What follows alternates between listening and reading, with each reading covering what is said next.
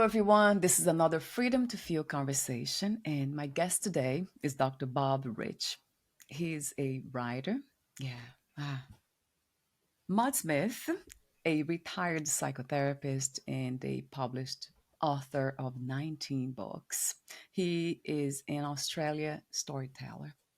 So there's a lot about him that I would love to just kind of go on and on and on saying here. But another thing that caught my attention in his bio, besides Maud Smith, and of course the wonderful contribution that he has been giving to humanity by writing his books and through his blogs to letting, just marinating his knowledge, experience, and wisdom within himself and then just pass that on to others.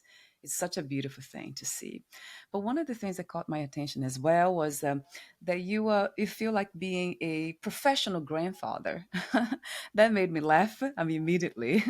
So, talk to me about that. That's one of my first questions. And also, how would you describe yourself, Bob, as of this moment? Well, I've got three answers for that, and I'll give the third one first because that's being a professional grandfather. Yeah. Right, in 1972, I had two little young children, and I was writing up my PhD and bored witless. You know, every Wednesday was library day, and I'd sit in the library and study, and Right.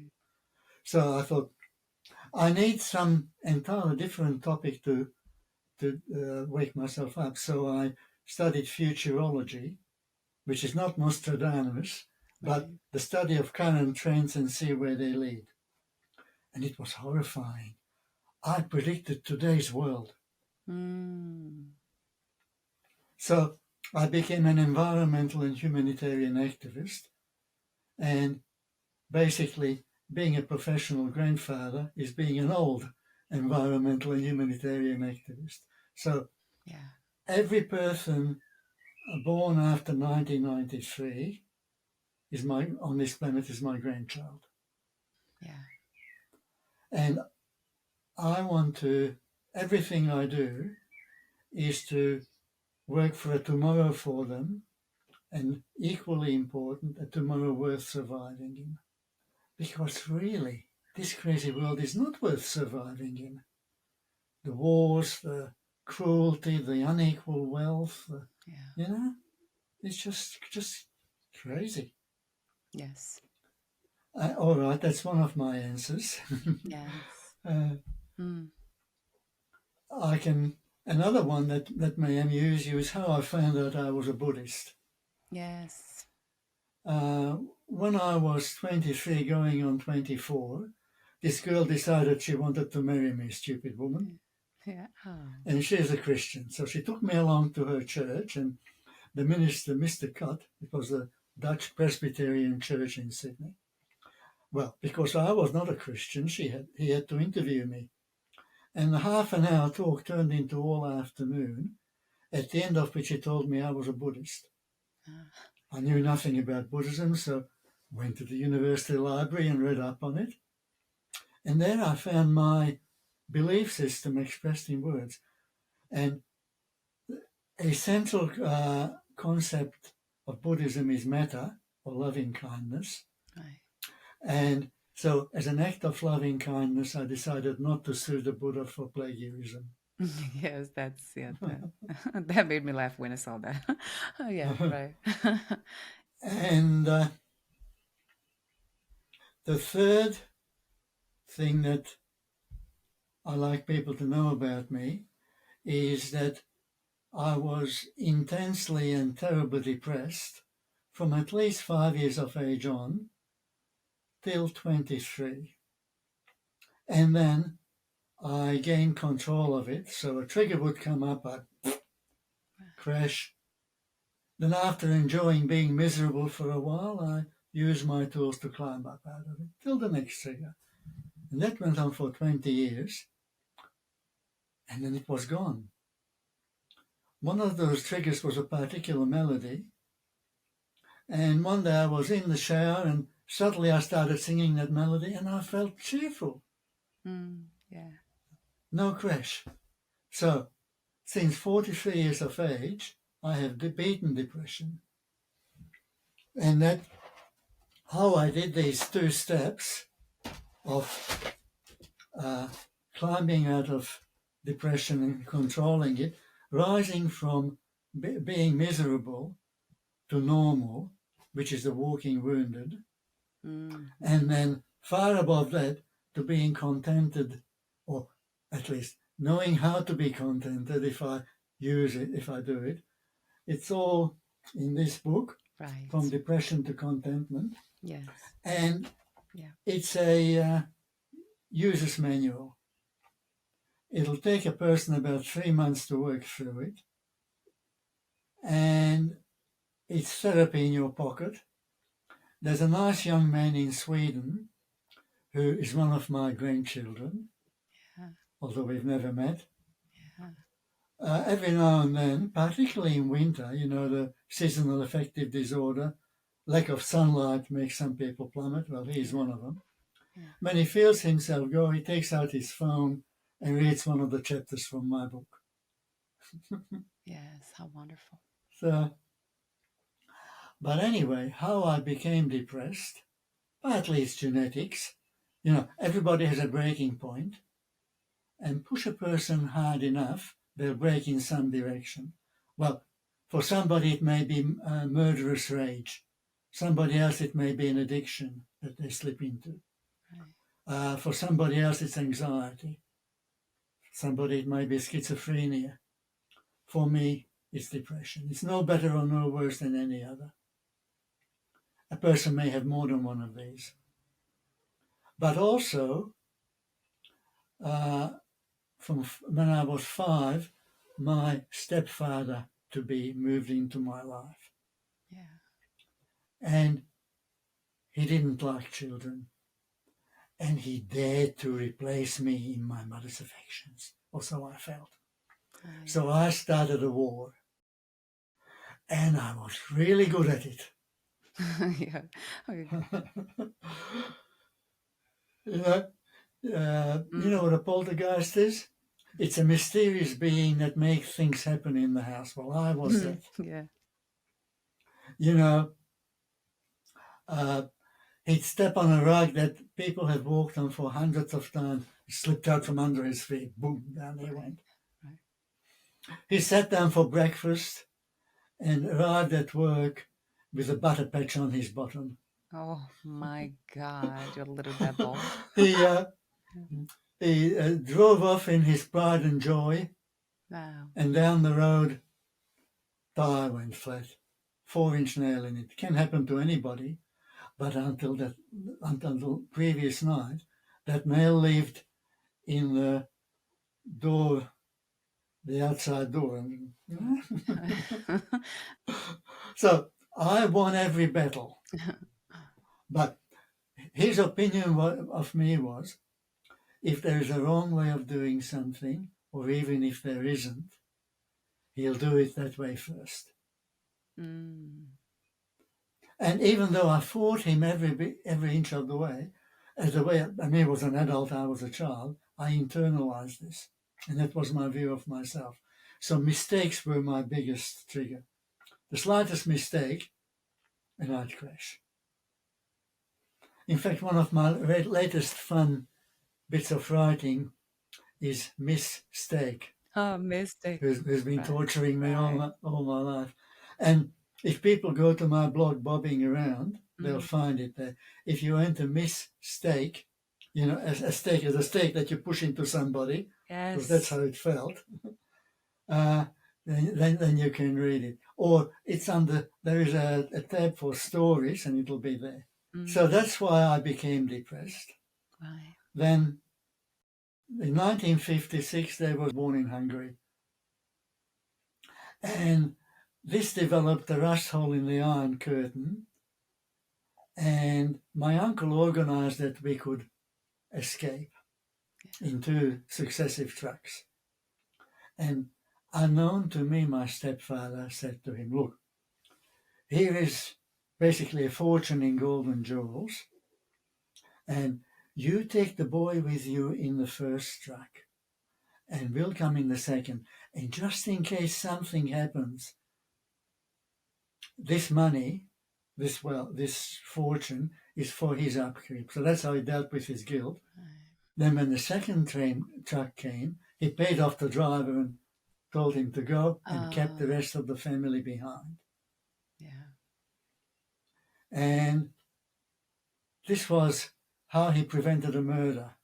Of course, we both knew that when I was big enough, either he would murder me or I would murder him.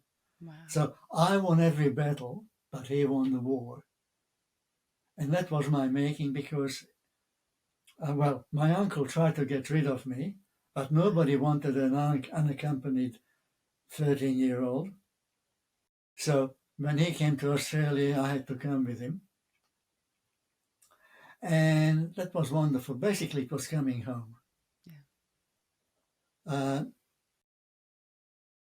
This story is here. My mother was devastated when this is her biography, and it's won four awards. Yeah. And it was the hardest book I've ever written. In Australia, I met a number of people I call my angels. Yeah. First of which was my school headmaster, who was a distinction that he was one of the few people who could beat me in chess. Wow. And he taught me English in sort of private sessions. And he made me a gift of the school uniform. And I didn't know until many years later that he bought it out of his own pocket. Yeah. So when I decided to be a decent person, I modelled myself on him. And there were a number of others. And so I became a good person. Had I stayed in Hungary, I would have stayed as a spoiled brat. And maybe a murderer. Wow. Yeah. Anyway, at university, I was terribly shy. There were all these gorgeous girls around, and I didn't know how to talk to them. So, as well as the formal subject, I engaged in Girls 101.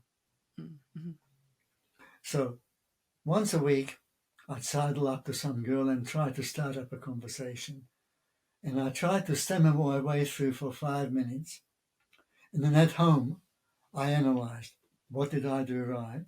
What did I do wrong? How can I do it better next time? And this is actually cognitive behavioral therapy, but I didn't know it at the time. So I reinvented the wheel. And then when I was 21, my honors thesis actually was good enough that it got published in a journal. And my parents paid for me to visit them in Hungary, which was horrendous cost given the exchange rate. Right. And there I met my stepfather as an adult, and I decided I liked him. He was a good person. Except my brother, his own biological son, he was victimizing him in exactly the same way as he'd bullied me. So he was really, really great for everybody except for the children in his charge. And that made him forgive him. I realized it wasn't my problem. It was his problem. Right. So I forgave him, and that was the start of my healing. Because later on, I want to cover forgiveness, which is the most important positive psychology tool. Forgiveness and gratitude. Research shows them to be the two most important things. Right. And so that was when I had control of my depression. Anyway, I think, I've also written up my own life history. Yes, you did. Which is in this book. Yeah. Only I fictionalized it. So it's a novel, but everything that happened to my hero is from my life history. Right. But where I handled things wrong, he handled them right. Yes. Now, so that one reason for fictionalizing it is I want to protect the guilty. I don't want to be sued. Mm. But the other is, there is a wonderful psychological technique called the film script from acceptance and commitment therapy. So you write a film script. At this stage, it hasn't got a plot, but you design the character.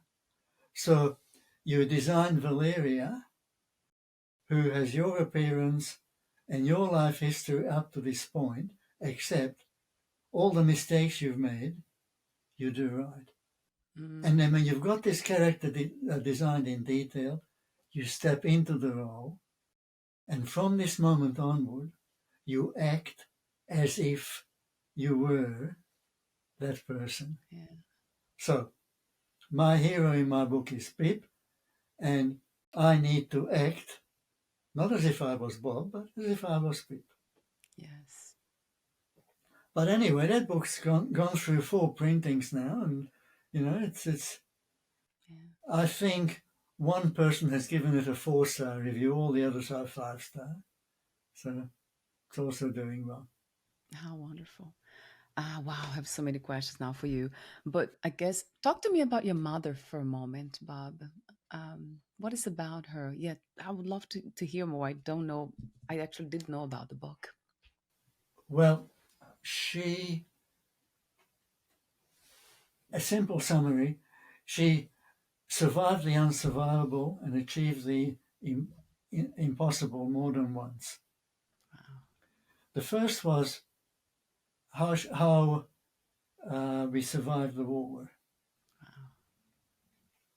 They were Jewish in a Nazi occupied country. But first, maybe my birth. When she was squeezing me out, was right in the middle of an air raid, and a shotgun aeroplane crashed into the hospital, wiped out the Ah, 2 top stories. wow.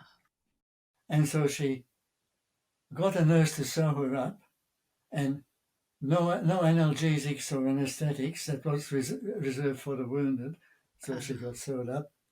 Got another patient to help her to dress, and she picked me up, and straight after the birth, walked for 3 hours through deep snow to get out of that hospital to walk home. my God. That was the kind of person she was. Wow. Then when we were put in the ghetto, I was about 18 months old, a bit younger. Uh, she used to sneak out of the ghetto, take off the yellow star, and I had blonde hair and blue eyes. I don't have blonde hair anymore, but and she'd wheel my pram, uh, showing off my obviously Aryan appearance. One hostile pre-war acquaintance, and we would have been tortured to death. Ah, But she traded valuables for food, brought them back, then traded most of the food for valuables, went out again, and this way she kept several families alive, and including us. wow. Then, after the war, she built $1 million export business behind the Iron Curtain. Wow. And she survived a criminal attack by someone high up in the Communist Party. Not only survived, but basically destroyed the attacker. Wow. And there are many other things that she's done that just unbelievable, but fact. When my stepfather died in 1999, I knew she was going to follow because they were just so close. Oh, the other thing was he became the senile at a very early age, started a very deep slide. Yeah. And I think that was a war injury because he was captured in Stalingrad and taken prisoner of war, marched on foot with all the others to Siberia, Yeah. and he started in a unit of 100 forced laborers who were sent to the Eastern Front. He was the only one of the 100 who survived. By the time he arrived in Siberia, he could speak and read and write Russian. So the camp commandant appointed him as being in charge of the prisoners of war. So all these SS officers had to take orders from him. Right. And then he was so useful, he became in charge of renovating a section of the Siberian Railway. He was so useful, they wouldn't let him go home till 1948. When he arrived back, to get up a flight of stairs, he had to get there on all fours. He was so weak. Right. So when I learned his story, I could understand. And that's when I forgave him. But anyway, he started losing this terrible time. When he was quite young, in his 50s, he started going gaga. And my mother protected his dignity and hid his condition for 30 years. She and his secretary at work. Right. And so when he died, I knew she'd follow. So I set her a research project. I said, I want to write your life story. I emailed her a little cassette recorder and a box full of cassettes. And I said, do my research and I'll write up your story. And then that project kept her alive. Right. And also, it reminded her of her strengths. It was a positive for her to do this work. Anyway, in 2000, she went into extreme Parkinson's. She became a frozen doll, couldn't move at all. Right. A slight whisper, eyes moving was about it. And so I went to Hungary to visit. And in fact, the start of the book is my visit in her hospital bed. Mm. And that's how the book came about. When I came back, I couldn't look at any of the material for 2 years. It was just too painful. Yes, I Then can imagine. I wrote the book in 3 months. It's the fastest book I've written. Once I started, it just went zoom. Right. And like I said, it's won 4 awards. The question that comes to me is, how do we become strong? Why do some people seem to be innately strong, carry this powerful strength, inner strength within them? Where does it come from? Have you ever thought about it? Yeah. Yes, the technical term is resilience. Hmm. And again, there is no doubt a genetic component, but a lot of it is modeling. Because my mother was resilient, I'm immensely resilient. And my children are. Hmm. But also, you can develop it. There are certain tools, the tools of positive psychology, build your resilience. Everybody has a habitual level of cheerfulness, if you like. Hmm. Yeah. I have a friend who suffered a heavy stroke in his 50s. The first word he could say some 3 weeks after was, no. Yeah. Within a year, he could walk around behind a lawnmower. He couldn't start it, but he could mow the grass. He lived independently for some 20 years, and he even learned to drive a car. Wow. That's resilience. Yeah. But you can learn it. All right. Now, the thing is that after, he was up here, stroke down here, physically. Yeah. But in terms of his mood, his average mood, it's back up. Right? He recovered. Other people, you give them the slightest nudge, and down they go and down they stay. Yes.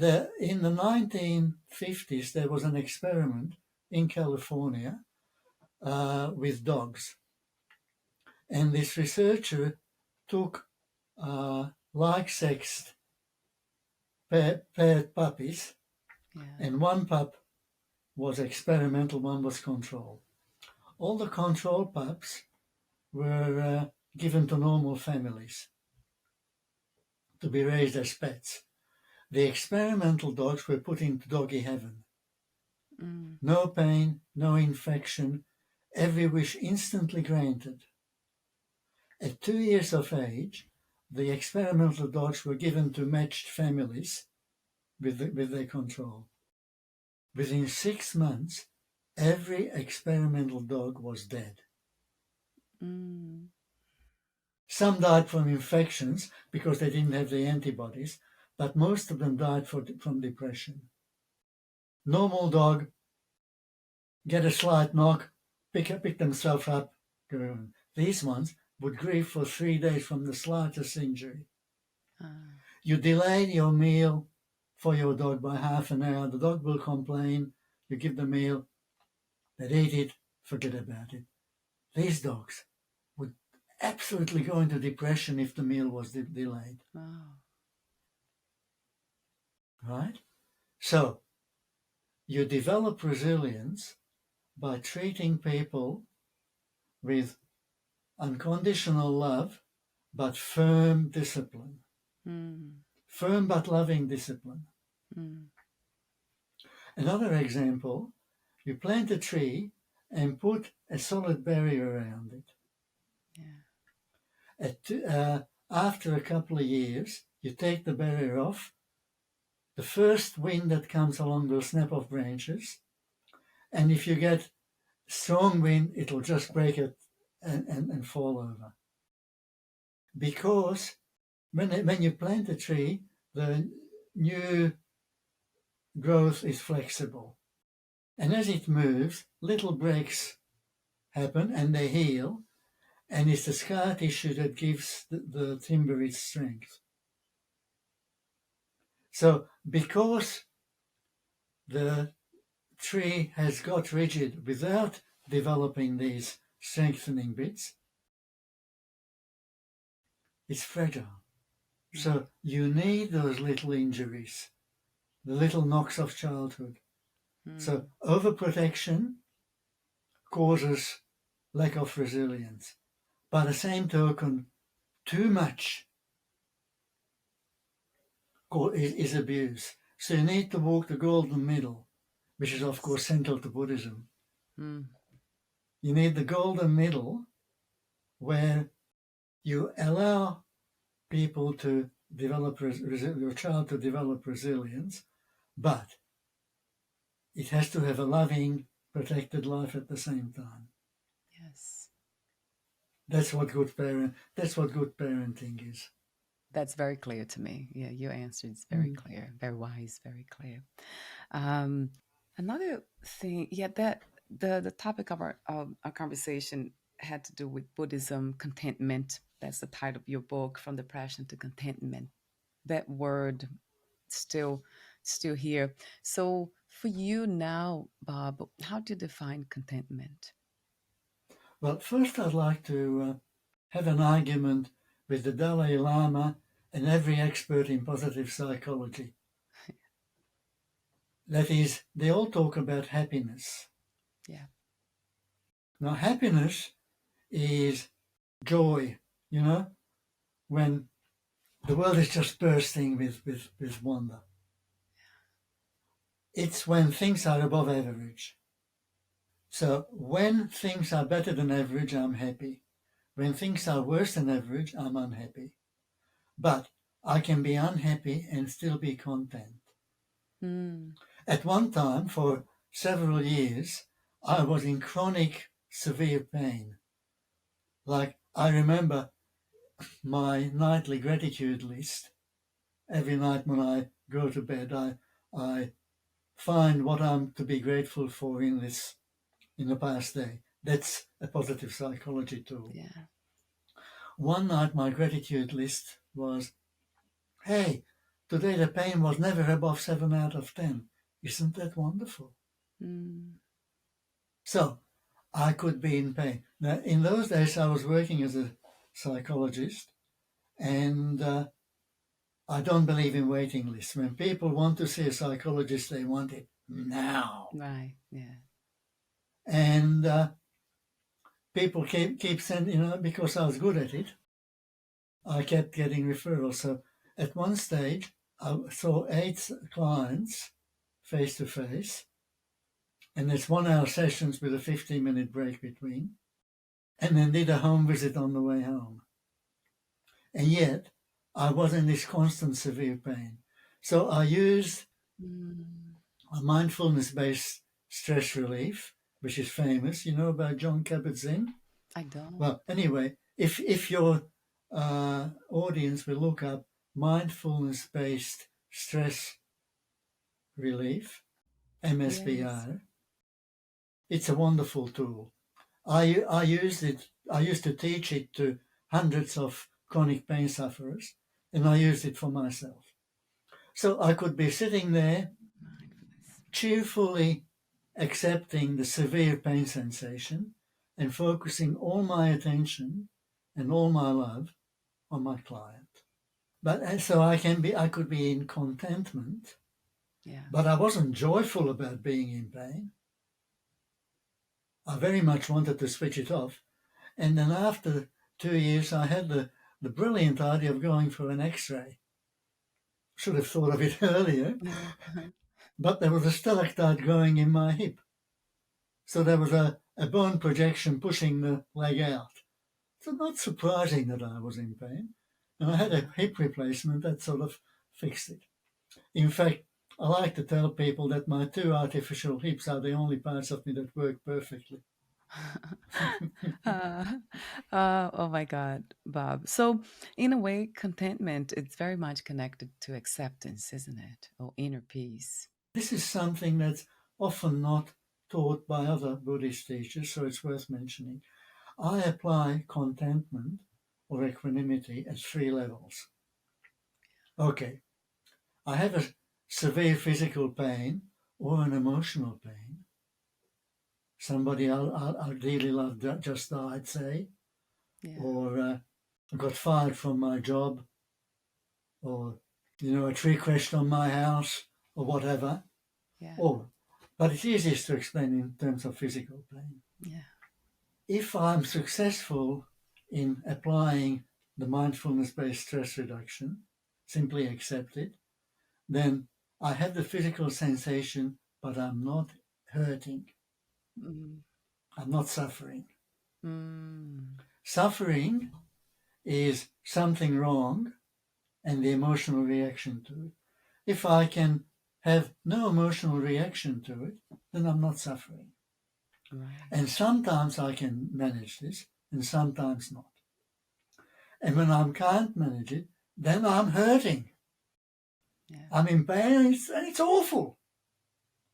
Then I can simply accept that for now I'm hurting. It's legitimate. I have a reason for hurting. It's okay to be hurting. And I accept that for now I'm in pain. Mm. And strangely, if I can truly and honestly do that, then I can have peace in my heart and the hurting will go. The trigger is still there. The tree is still lying across my house. Or my dear friend is still dead, but I'm not hurting. Right. But if I accept the hurting in order to go back a step, then it's not really accepting and it won't work. Right. Now, and sometimes I'm hurting, I'm suffering, and it's terrible, and I'm unable to accept it. And what's the use of living like this? I might as well be dead. I'm in complete despair, Mm. and I've been there. Then you simply accept that for now you're in despair. Mm. It's okay to be in despair, and life goes on. So, third level acceptance Wow. is always there.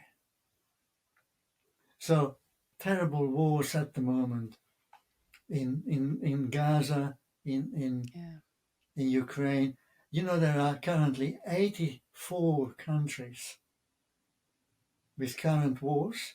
Most of them are not in the news, but they're there. Yeah. Terrible. And I don't want to be on a planet like this. I want to get off the planet. But I use acceptance to stay calm anyway. Right. I can't do anything about it. All I can do is to accept it. Right. Sometimes I wish that I was a psychopath. No empathy at all. Yeah. So we don't have to feel, right? No feelings. Yeah. Right. So you wrote the this article. So that was in your blog, bobbing around bobrich18 wordpress.com. So that those links will be on your website too on this podcast notes. So how to change the world. So that would be the way to change the world, right, Bob? By changing ourselves, by embody that acceptance. There is one thing wrong with this world, with our planet, and it has a number of symptoms. Uh, the climate catastrophe, the fact that we're in the sixth extinction event of Earth, the terrible income or wealth inequality. If the most wealthy were, say, 1,000 times more possessions than the poorest, there'd be no starvation. There'd be no hardship. Mm. But you could put the people who own almost everything into one London double-decker bus. Yeah. And that's why there's so much suffering. The wars, the violence, these mass murders, the latest one in Prague, that made me bleed inside. This fellow just snapped. I want to come back to that, by the way, but to talk about John Calhoun, but we're talking about something else. All right, all of these are symptoms. Yeah. And the next level down is that in order to function, society must have economic growth. If economic growth stops or even slows, then many people suffer. Right. So it's just organized like that. There's something called the GDP, gross domestic product.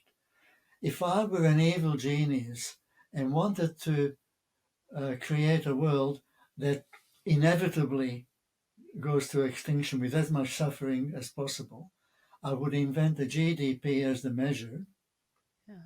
and economic processes that must grow in GDP.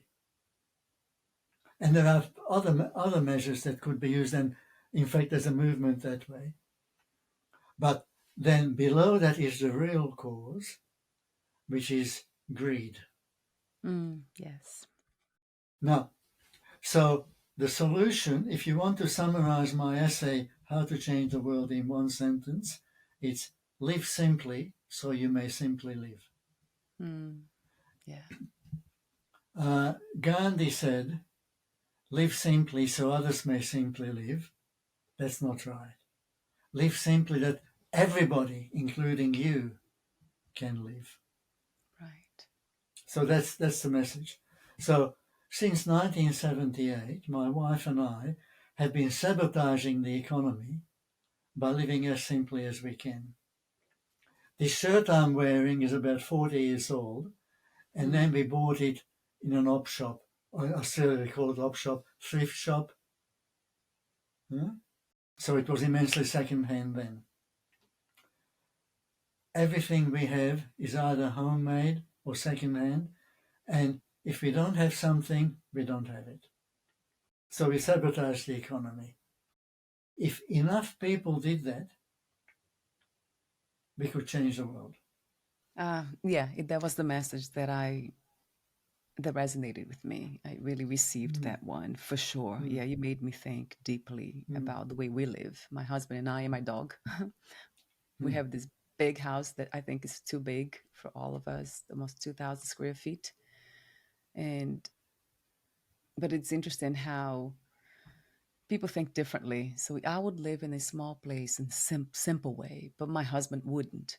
So how do we? How to create this balance? You can change people from the inside out, not the outside in. Yes. That's just a well, I'll add that to my cliches. I've never thought of that before. Thank you. Yeah. There is a famous psychologist called Steve DeShazer who said people who come to healers are of three kinds.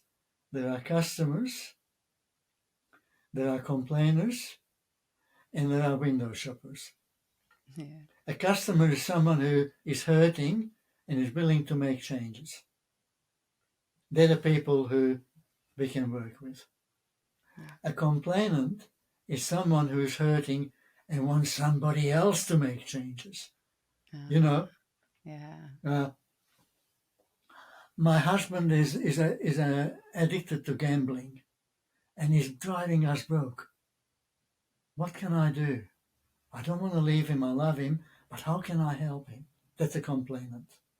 It's perfectly legitimate, but it's the husband she wants to change.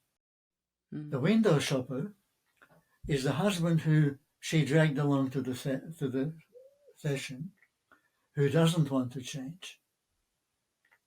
He just came along, perfectly happy the way he is. Look, I know that tomorrow I'm going to win $1 million. I just know it. So all we can do is to plant seeds and wait for them. But Yes. and it's not evidence. There are ways of persuasion. In fact, there is an online workshop I occasionally run on climate change denial, on persuading the denials. And there are indirect forms of persuasion.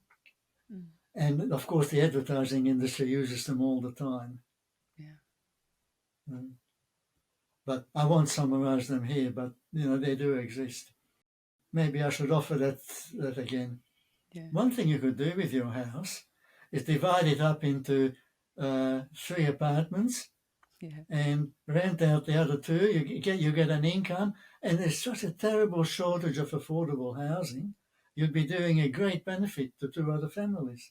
Yes. Yes. That's a very good idea that he would say no to it right away. My husband, right? So it was very insightful, though. I read the article and I mean, you just paused me for a while, just in deep reflection about the way I live. And then Buddhism, of course, and that's spirituality is my passion. So it's something that it just resonated with my heart immediately. Yes. The way you have been informed by Buddhism in your own life.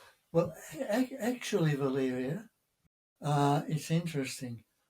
What we need to do to save the world and make it into a decent place is to follow the recommendations of all the great sages of the past.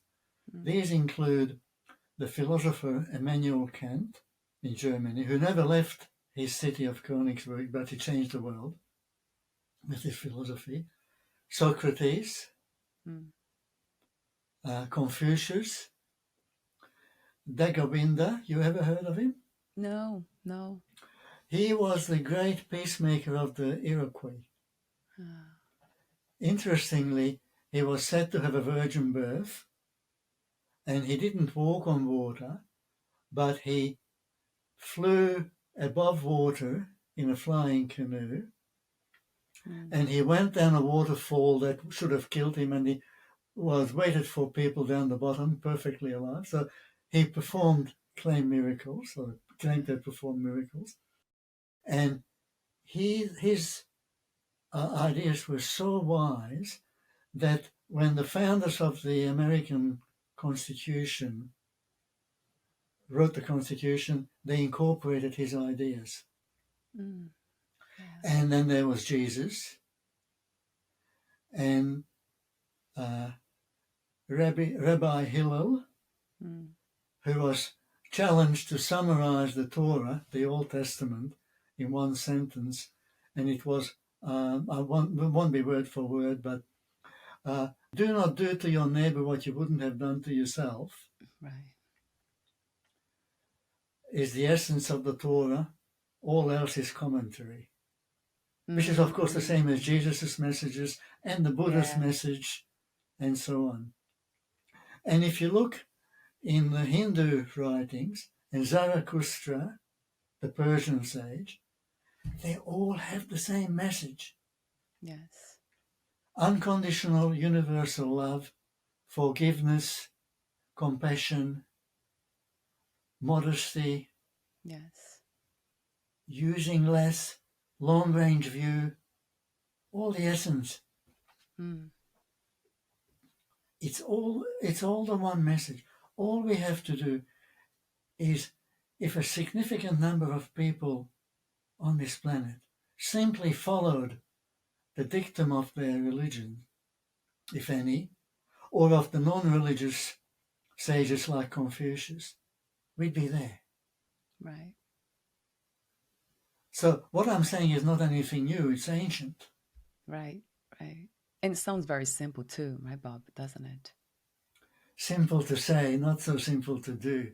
Right. Because, of course, we're all products of our society, and we live in a greedy, aggressive, individualistic, egotistical society. Yes. So we have to... Oh, I run a workshop on this topic. It's a 5-session workshop. And in the last session, I ask my people, all right, how do you become enlightened? Yeah.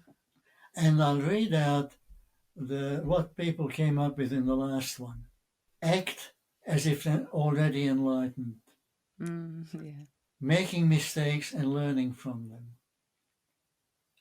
Deliberately examining long-term attitudes such as resentments focused on a relative and sending that person love anyway. Yeah. Feeling peace within, regardless of what's going on around us. The reason for being alive is in order to move toward enlightenment. It's not a point or a destination, but the journey. And of course, the Dalai Lama says, the aim of enlightenment is to be of service. My religion is kindness. Right. So this comes back to, my ascending spiral, my autobiography. We need to act as if we were that already. And when we remember, because enlightenment is a moment, then we're enlightened. Right. Yes. Right. Just like when we remember to act with acceptance, we're not hurting. This moment. Next moment, the suffering may return. That's why mindfulness is so important. I strongly recommend to people to learn mindfulness meditation, but there is another way too, which is real fun, and it's guided imagery. Yeah. And on my blog, Bobbing Around, I've got a category that you can look at guided imagery, and I've got some 15 or 18 guided imagery scripts there that are real fun. Yes.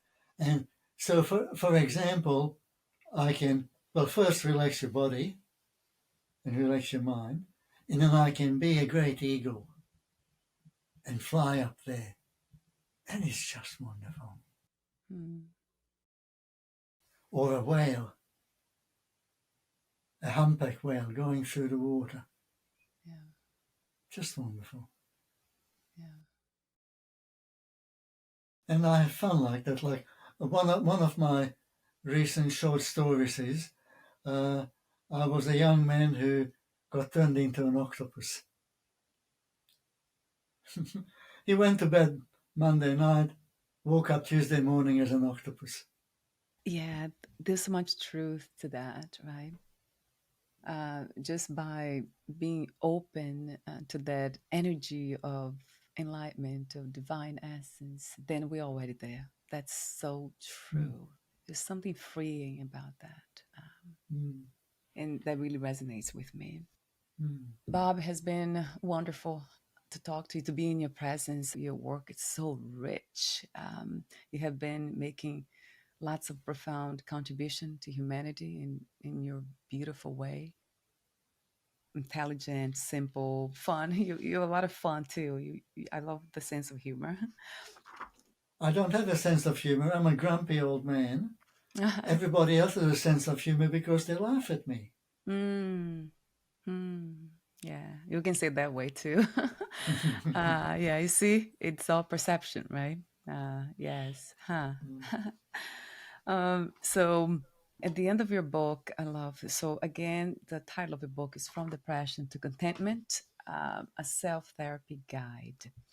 In your book, you have a companion to that book, which yes, lifting the gloom, antidepressant writings, overcoming depression, book 2. So that's also available on Amazon, both of them. If you want a guided tour from any form of suffering, not just depression, to contentment, that's my self therapy guide. Yeah. If you want a rambling walk through the garden, then it's lifting the gloom, and they go together like main course and dessert. Yes. Lifting Yeah. the gloom is a lot of short stories and essays, each with a discussion after it. So it's more fun. Yes. Incidentally, uh, anybody buys any of my books anywhere and sends me proof of purchase gets a second book free Yes. Yeah. electronically. Yeah. So that's wonderful to know. Thank you for saying that here. Yeah, I had forgotten that detail. So thank you Yeah. for your generosity too. In so many ways, you're so generous, Bob. And that really represents the abundance of life, right? Divine essence, right? Just giving, receiving, giving. It's such a beautiful dance. Thank you for being open again to this experience called life. It's the third most important positive psychology tool is giving. Mm, There is a wonderful Jewish custom, mitzvah. yeah. A mitzvah is a sacred good deed, and you're supposed to do at least one secret good deed a day. And the reason it Mm, has to be sacred, if I do something nice for you, then my reward is your acknowledgement, your gratitude. yeah. But if it's a secret, then nobody knows but God and I. And if you don't believe in God, it's still, you know. Yeah. In Jewish ethics, the Yes. punishment for a crime is that you're a criminal. If I steal something and no one knows but God and me, then I'm a thief, and that's my punishment. So if I'm a good person, Yeah. then my reward is that I'm a good person. So the more you give, the more you get, and the more you give, the more you grow. Yes. Ah, that's beautiful. The more you give, the more you grow. Yes. Yes. A billion Hmm. times in that truth. So I want to mention at the end of this conversation that I love the end of your book. You say, have a good life, regardless of circumstances, you can. And then you say, may you live in contentment. May you be healthy. May you rise to your challenges. And above all, may you grow spiritually. I mean, everything about what you say and do, it inspires spirituality to me. But really going deeper into the essence of what that is, which you have mentioned here, treating the other as it was yourself, it is one. And that's really one of my practices or my knowledge. I'm a student of Vedanta, is a Hindu philosophy, spiritual philosophy. That's everything that exists. It's non-dual, so it's one essence. Everything is interconnected, or it is already connected at essence. So you just brought that. I mean, the message is the same. Yeah, absolutely. We just everything's commentary, as you said, but that's the essence. Thank you so much, Bob. And thank you. All sentient beings are my family. So I'm sending virtual hugs to all your Yeah. audience Yes. who are all my family. Yes. Yes. It has been felt here. So again, the website is bobswriting.com, and the blog is bobrich18.wordpress.com. Those websites, The links will be on the podcast profile.